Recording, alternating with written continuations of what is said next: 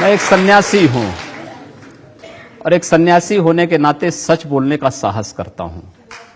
जो सच है वो बोलता हूं। हमारी जो भी बातें कंडीशनल हैं। अगर आप शांति से रहेंगे तो हम भी शांति से रहेंगे। आप विकास पर ध्यान देंगे तो हम तो विकास में आपको और सपोर्ट करने वाले हैं।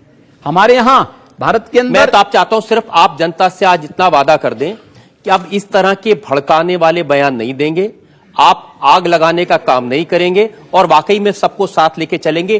जो अगर बशर्ते अगला पक्ष शांति से रहेगा तो मुझे प्रसन्नता होगी उसके विकास करने में योगदान देने में। और अगर अगला पक्ष शांति से नहीं रहेगा तो क्या करेंगे? अगर शांति से नहीं रहेगा तो उसको शांति से रहना सिखाएंगे।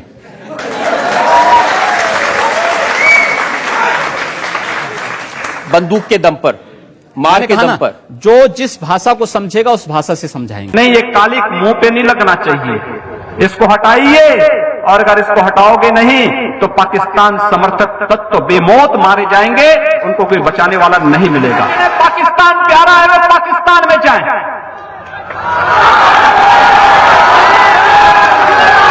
जिन्हें पाकिस्तान अच्छा लगता है वो पाकिस्तान चले जाएं। हम उसको रोकेंगे नहीं। अगर वो चाहेगा तो उसको जाने का किराया भी मुहैया करा देंगे। हम पूरी व्यवस्था कर देंगे। लेकिन ये नहीं हो सकता है कि भारत के अंदर रह करके पर्व और त्योहार के नाम पर इस देश की संविधान की व्यवस्था को, देश के संवैधानिक व्यवस्था को कोई चुनौती देने का कार्य करेगा तो चेतावनी हमें स्वीकार्य नहीं है। हम उसका जवाब उसी भाषा में, और उसका जवाब जिस भाषा में वो जानेगा, जिस भाषा में वह उस सीखना चाहता हो, जिस भाषा में वह अच्छी तरह समझ सकता हो, उस भाषा में उस जवाब को हम देना जानते हैं। और अगर प्रशासन ही चाहता है तो फिर तैयारी कर ले। ये हमारे लिए बहुत कठिन नहीं इस प्रकार के तत्वों पर नकेल कसना।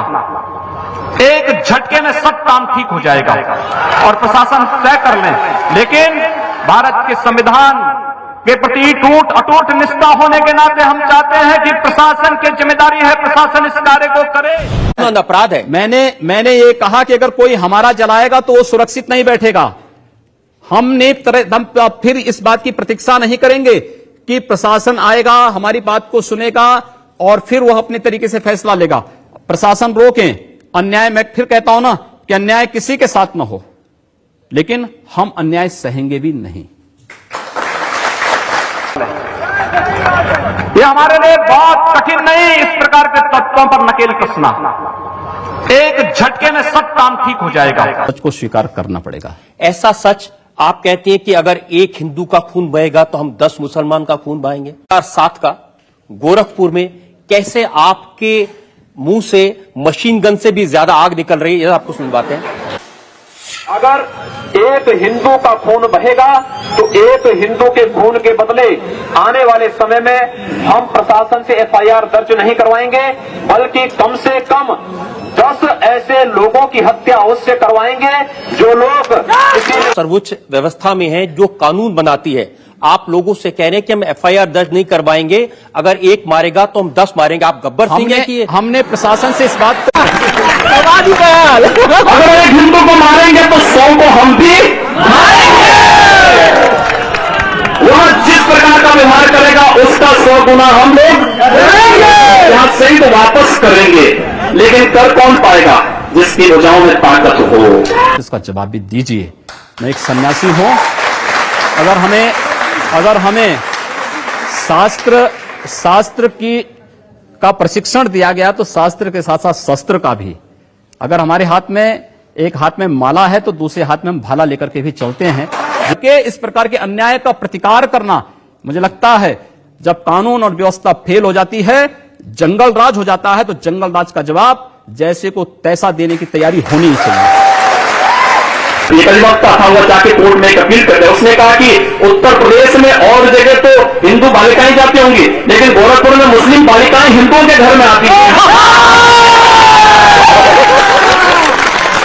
हम लोगों ने भी इस बात को तय किया, तो हम लोगों ने इस परंपरा को स्वीकार किया। किसी कालखंड में कोई बना होगा अगर वह हिंदू बनेगा हम उसको स्वीकार करेंगे, उसकी शुद्धि करवाएंगे और उसको अपनाएंगे, एक नई जाति का फिर से निर्माण करवा देंगे।